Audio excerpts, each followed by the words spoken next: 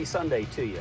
Well, it's a beautiful day here in Southwest Florida, and on the weekends, it is also a great time to be able to cook some barbecue. So guess what? I'm gonna show you a little trick that I'm learning. I haven't been cooking on a pit for very long, but I'm giving it heck while I got the chance. So I happened to pick up one of these awesome little smokers here. It's got the offset box and all that kind of good stuff, so that way we can have our fire in here. Give you a little sneak peek what's going on in there. We've got coal down in there, as well as some oak for today's cook. You know, everything's set up right now. We've been hitting it since about 5:15 this morning. It's what, 275, that's the number we're looking for. You see we got our little spritzer bottle there. It has apple juice and apple cider vinegar in it, and then some tongs. Our tray, because we've just about 5 hours right now on this brisket that I'm about to show you. It's about an 11-pound brisket that we put on. We trimmed it last night, let it rest in the refrigerator last night, and then this morning, whenever I got the fire going, that's whenever I seasoned it with salt and pepper and some other great stuff, hoping this thing's gonna come out good. Like I said, I'm a newbie at some of this stuff, so hopefully this thing doesn't turn out like a hockey puck for me. But I absolutely love cooking, love barbecue, and all my friends that make me jealous for some of the great things that they cook out there. So hopefully I'm gonna replicate my own world here. Well, this pit's been doing really good. We've been able to knock out some ribs without any problems. With the pork butt, things were good as well. But you know, one of the things my barbecue pitmaster buddies told me, Brian, be ready. When it starts being really windy like this, you can have the heck trying to control your temperature, especially whenever it starts raining. So all those great things take into effect out here in the wide open element. I got myself a little secure area back here on the back side of the house where all these areca palms kind of shield me back here, but today the wind's ripping out of the northeast, so it's coming across quite fast.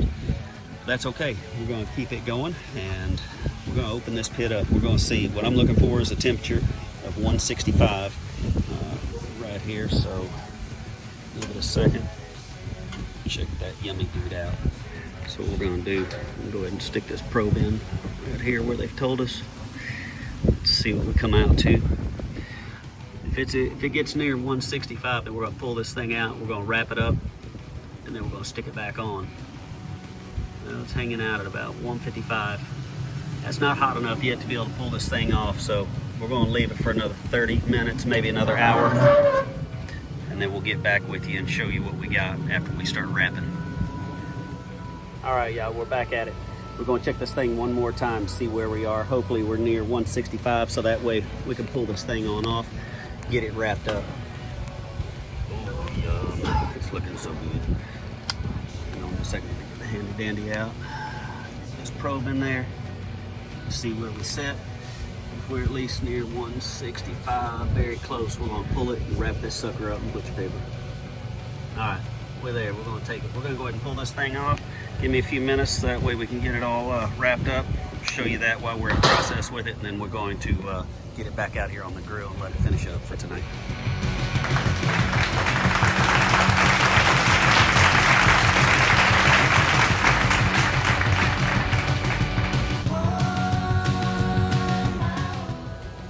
All right, here it is. We all wrapped it up, and some butcher paper here.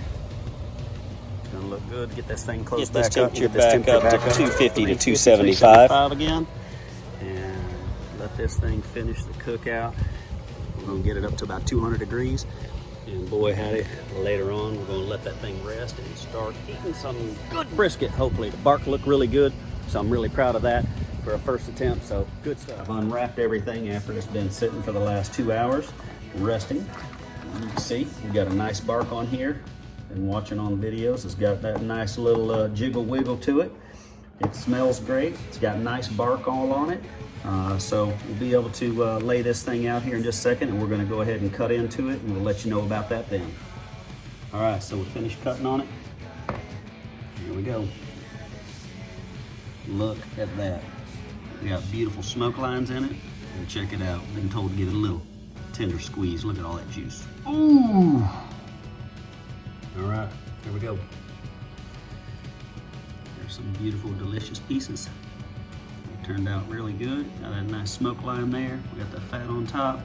Nice little bark. Hold them together real well and super juicy. As you can see the glistening in there. Looks like it's gonna turn out good.